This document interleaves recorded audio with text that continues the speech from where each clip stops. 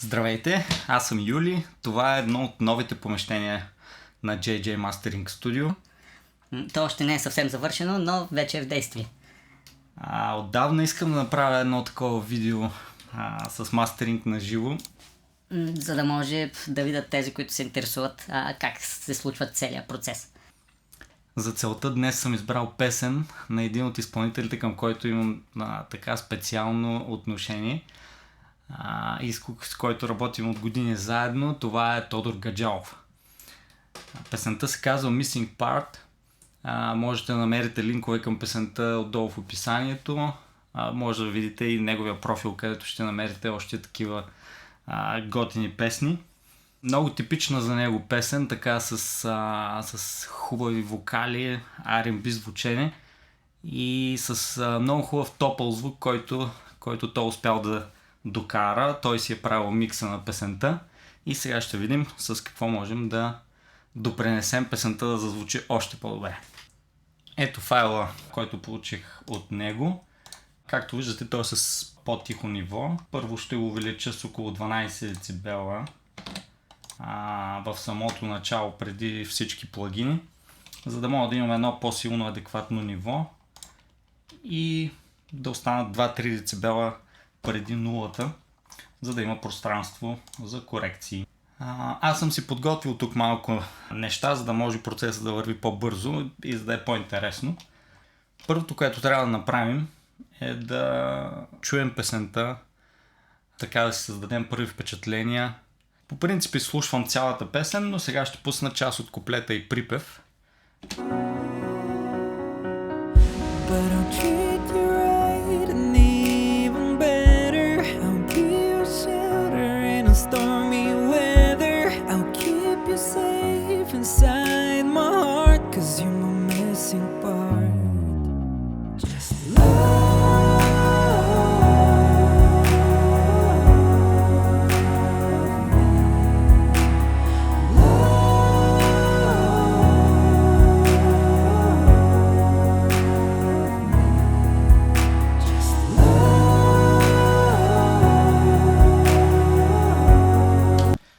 Така, както чухте, в началото има малко по-тихи части, пиано, глас, после влизат повече вокали, така типичните много бек вокали, хармонични за Тодор, които аз много харесвам.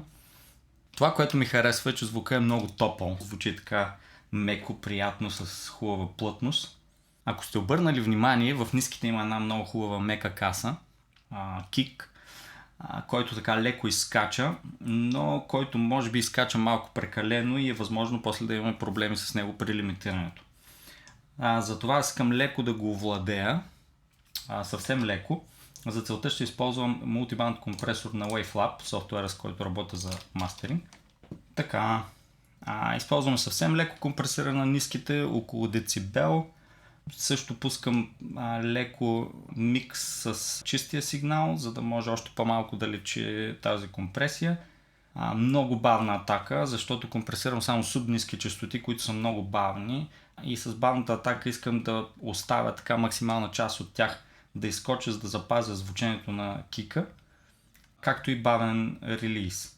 Съвсем малко драйв. Ето сега да сравните с и без компресора, това е без.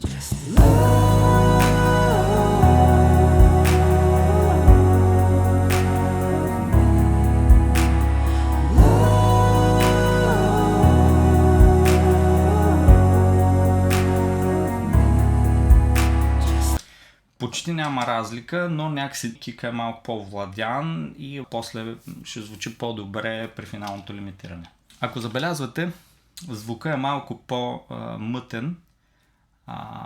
Има нужда леко да се вдигнат високи, може би още малко да се овладеят ниските, малко да се намалят. За целта тук съм си подготвил един еквалайзър, отново на WaveLab. Харесвам този еквалайзър за такива прецизни корекции, защото звучи много чисто, натурално меко. Ето тук ще използвам low shelf на ниските честоти. Виждате как под 100 Hz леко се намаляват. И high shelf някъде над 2 kHz увеличавам, за да може да изясним малко песента. Ето първо да чуете без еквалайзера.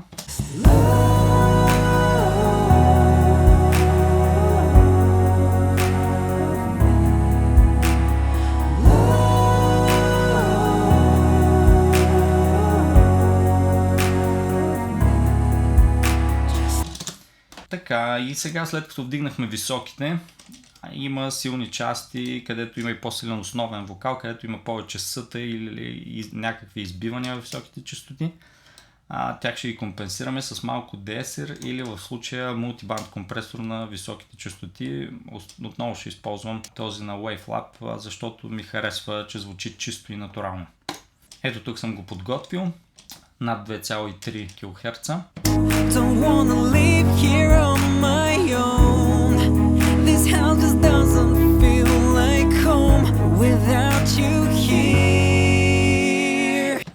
Около 5 децибела редукция с много високо ratio. Нагласих го спрямо звука на тази песен, понеже високите които избиват, са много кратки в много висок регистър. Трябва ми много бърза атака, за да хване самото им начало и бърз релиз, за да не се чува много работата на компресора. Използвам и на микс част от чистия сигнал, за да може по-малко да личи работата и звука на компресора, да звучи по-натурално.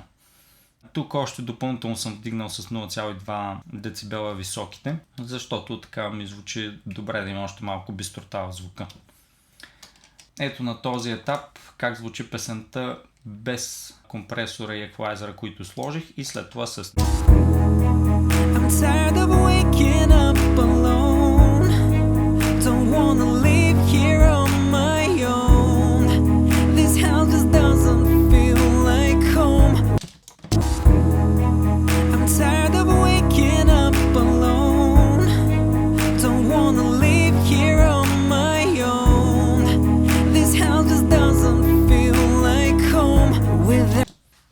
И сега можем да продължим нататък. Нека така да започнем с една малко по-интересна част, да обогатим звука с малко аналогов хардуер.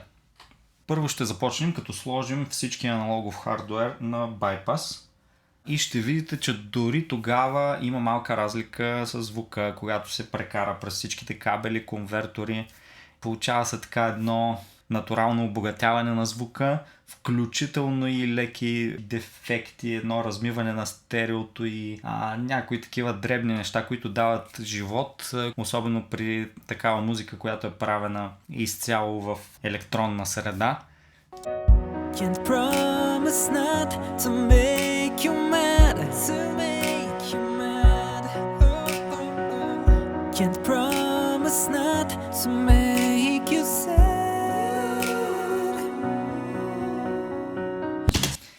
А сега ще включим и реално някои от устройствата. Нека да започнем първо с лампов Mainly компресор, който доста обогатява звука, но същевременно и работи много чисто, особено при тихи нива. Първо пробвам входния сигнал, за да видя от колко драйв има нужда в тази песен.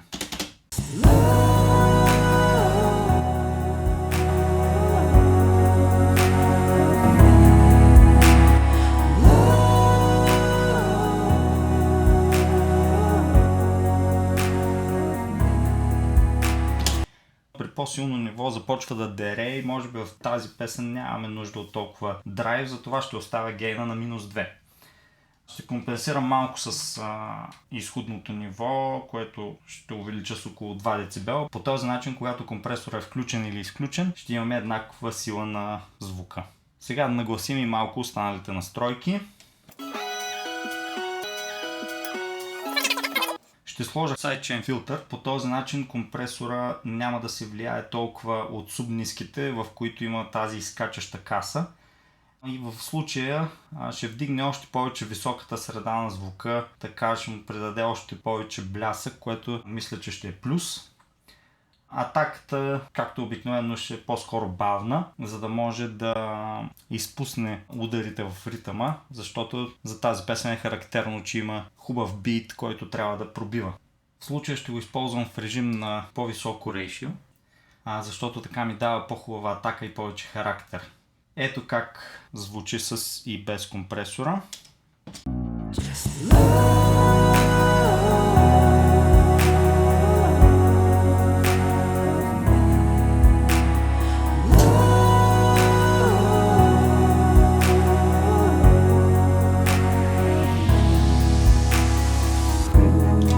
Така, дава един блясък, малко светлина, освен това обогатява звука. Сега да преминем към следващото устройство. Това е стереопроцесор, с който леко ще отворя стереото. Ето сега да чуем с и без него.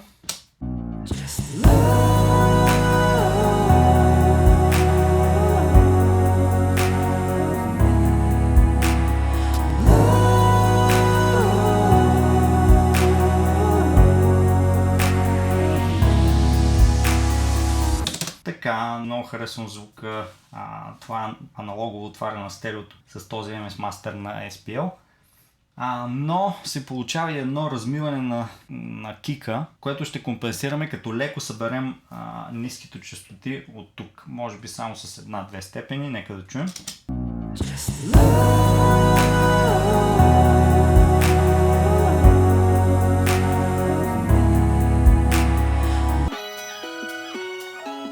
Да, съвсем леко събиране на ниските, за да може да се върне така тази концентрираност на удара на кика. Ами ето как звучи сега песента с и без този аналогов хардуер, който добавихме. Първо пускаме без.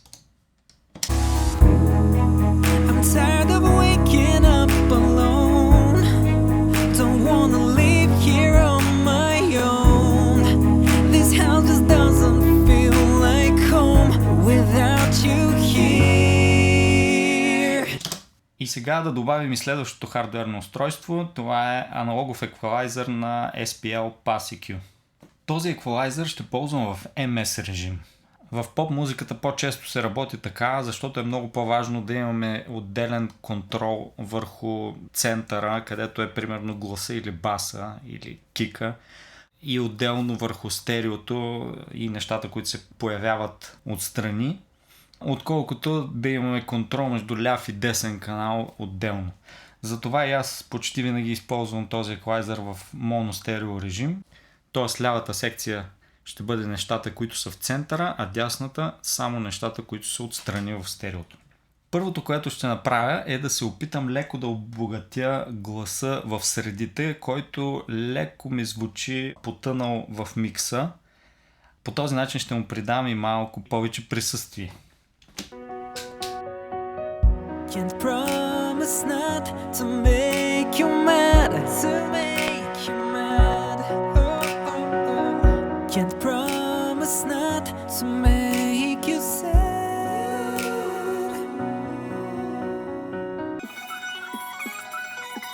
Сега ще извадя малко ниски. My heart, 'cause you're my missing part. Just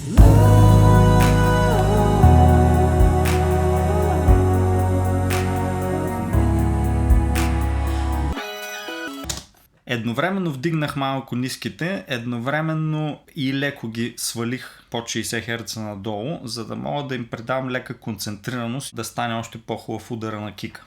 Както видяхте, корекциите са много малки, от порядъка на 0,2-0,5 децибела, много рядко до 1 децибел, защото микса звучи добре, не искам да създам допълнителни проблеми, които после да оправям, а съвсем леко да обогатя някои честотни области. Сега леко ще вдигна и високи.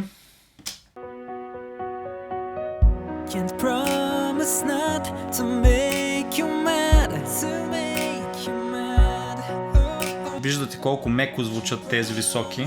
Ето ги до край. Но въпреки това имаме нужда от съвсем малко от тях. Просто за блясък. Ще направя високите в центъра малко по-остри, за да излезе по-така силно присъствие на основния вокал, а високите в стереото ще са малко по-широки, за да звучат малко по-меко. По същия начин, както с ниските, едновременно увеличавам високите, но и ги намалявам съвсем леко, с около 0,2 децибела. Сега нека да чуем как звучи песента с цялата апаратура и без нея, само от компютъра. Първо да започнем без хардуер. I'm tired of waking up alone. Don't wanna live here on my own. This house just doesn't feel like home without you here. Ето тук вече се чува малко по-голяма разлика. Блясък, конкретност, малко повече присъствие на звука. И накрая на аналоговата верига остана звука да влезе обратно към компютъра. И последното, през което ще мине, е аналоговия лимитер на конвертора RME AD8QS. Включвам го от тук и вдигам финалното изходно ниво към него.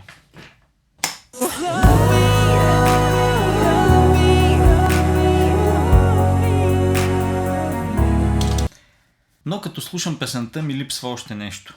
Липсва ми може би малко наситеност и плътност в ниската среда или в ниските. Искам да дам някакъв характерен драйв. Ще си помогна с софтуерен драйв, който обаче ще сложа преди аналоговия хардуер. За целта ще използвам любим мой драйв за уплътняване на звука, Culture Vulture на Universal Audio. Настроил съм го предварително, както виждате на най-лекия режим, лек драйв, повечето чист сигнал и съвсем малко микс, за да не ми надере целият звук, а просто да даде лека плътност на звука. Ето как ще звучи без него и с него. I'm tired of waking up alone. Don't wanna live here on my own. This house just doesn't feel like home without you here. Направи звука още по-цветен, дава едно много характерно кривене, което е въпрос на вкус. Освен това, ми се иска да има малко повече обем в стереото и то конкретно някъде в средите. За целта ще използвам отново на Universal Audio K-Stereo. Много хубав плагин, разработен съвместно с Bobcats. Тук съм вдигнал на около 400 Hz 2 децибела, но това се отразява само на реверберацията в стереото, само на атмосферата в стереото. Тук е описано като филтри за амбиенса. В случая ми харесва как предава повече обем на основния вокал. Ето как звучи с и без него. Can't promise not to make you mad, to make you mad. Can't promise not to make you sad.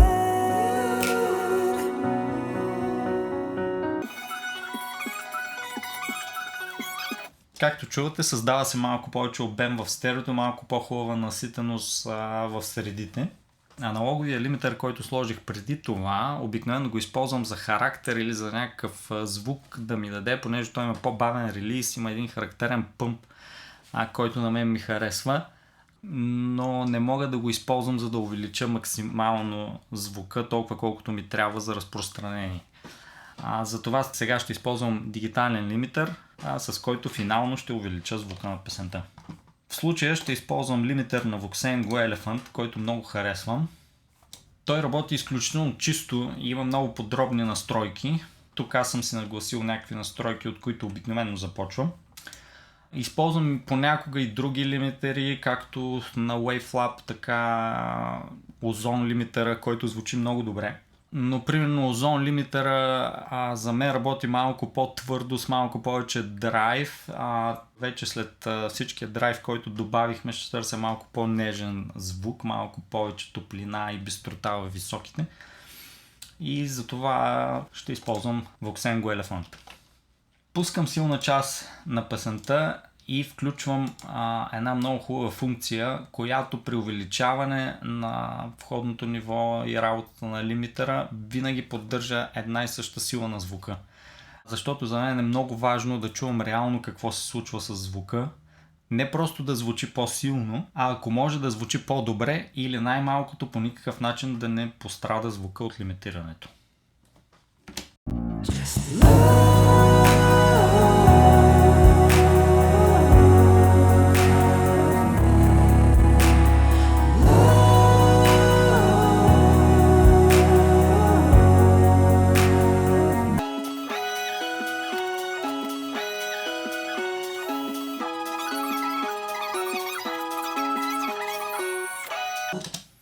Ще използвам напълно отделно лимитиране на двата канала.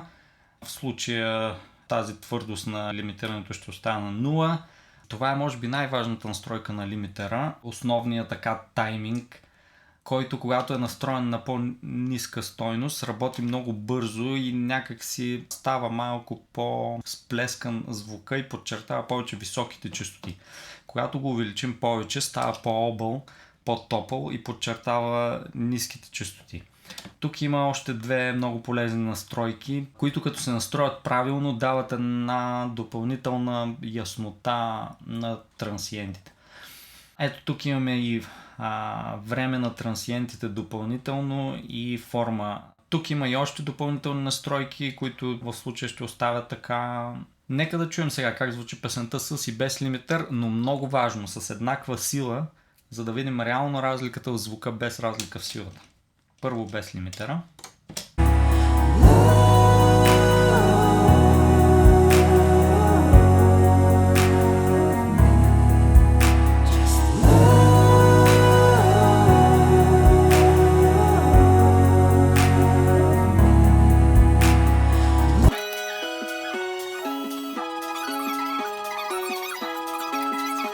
Ето сега вече с тези настройки на лимитера, аз не бих казал, че песента с лимитър звучи по-зле, отколкото без него.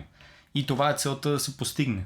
Сега вече, когато изключим този бутон, песента ще се стане силна и съответно ще намаля изходното ниво, може би на минус 0,3, минус 0,4. Нека да видим как изглежда на аналайзера нивото с финалното лимитиране. Ето виждате тук, за моменти отива до минус 8, малко над минус 8 краткия RMS. Бавният RMS се движи около минус 10, което е добро ниво за този стил музика, за този тип песен. Ето че дойде и най-вълнуващата част, да сравним суровия микс с финалния мастер. Двата файла, горе имаме суровия микс, увеличен с 12 децибела, така както започнахме да го работим, а долу е финалния мастер. Но сега ще изравним силата на финалния мастер с силата на микса, за да можем реално да сравним разликата в звука, без да има разлика в силата. Така както ще направят интернет платформите, примерно YouTube и Spotify, които изравняват нивото на всички песни. Маркираме микса и избираме подравняване по най-силните части в песента. Вече двата файла са с еднаква сила и ще чуем само разликата в звука. Първо микса. But I'll treat you right and even better. I'll be your shelter in a stormy weather. I'll keep you safe inside my heart, 'cause you're my missing part. Just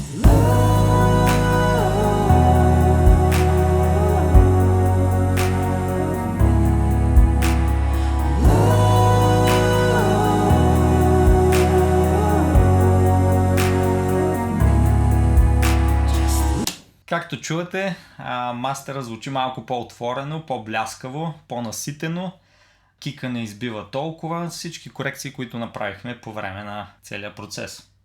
Но освен това, тук виждаме и че мастер е намален с 10 децибела, за да се изравни с силата на микса. Така че когато го увеличим отново на 0, вече ще имаме и едно хубаво силно ниво за компакт диск. Ами, това е. Така завършва целият процес. Естествено, остава малко техническа част, въвеждане на метаданни и естествено експорт в различни формати за различните социални мрежи, компакт диск и така нататък. Ако ви е харесало видеото, абонирайте се, съвсем безплатно е. Чувал съм забавни истории за хора, които си мислят, че се плаща. И естествено пишете в коментарите отдолу с какво сте съгласни, с какво не сте.